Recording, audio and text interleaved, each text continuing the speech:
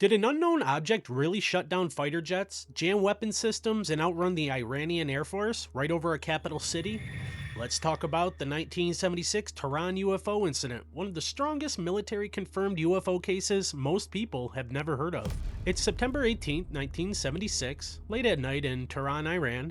Civilians start calling police, reporting a strange, intensely bright object hovering in the sky. At first, authorities think it's a star. Then, it starts moving. The Iranian Air Force scrambles an F-4 Phantom II to investigate. This isn't a civilian aircraft, it's a frontline US-built combat jet. As the pilot approaches the object, everything shuts down. Communications fail, navigation systems go dark, instrumentation goes dark, the pilot aborts and turns back, and suddenly, all systems come back online. Iran launches a second jet. This time, the pilot gets closer. He describes the object as extremely bright, roughly the size of a jet, emitting intense light and maneuvering intelligently. Then it gets worse. A smaller object shoots out of the main craft and heads straight for the jet. The pilot tries to fire a missile. Weapon system disabled. The jet loses control. The pilot has no other option but to eject. As soon as he does, the systems return to normal. Radar stations track the objects and ground observers watch them maneuver, and US intelligence is paying attention. Here's the part that gives the case real weight. A classified US Defense Intelligence Agency report is written about the incident. It concludes that the object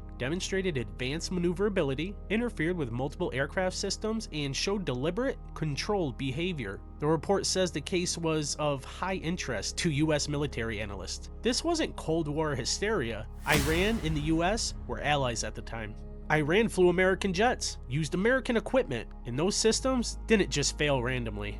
They failed only near the object. The skeptics suggest that it was electronic warfare tests, experimental aircraft, or instrument malfunction. But here's the problem. The electronic warfare tech in 1976 could not selectively shut down jets, then restore them perfectly, mid-flight, without any lasting damage. And no known aircraft matched the performance described. So let's stack what we do have. We have multiple civilian witnesses, 2 military jets affected, radar confirmation, weapon systems disabled, a pilot ejection, a declassified DIA report, and no conventional explanation. This isn't a rumor, this is a documented military encounter. The Tehran incident doesn't prove aliens, but it proves something unsettling. Whatever the object was, it could toy with modern fighter jets without ever being threatened. And maybe that's the most disturbing part of the story. Not that something unknown was in the sky, but that it knew exactly what we could do and exactly how to stop us from doing it. And nearly 50 years later, we still don't know what it was. Which means one thing is clear.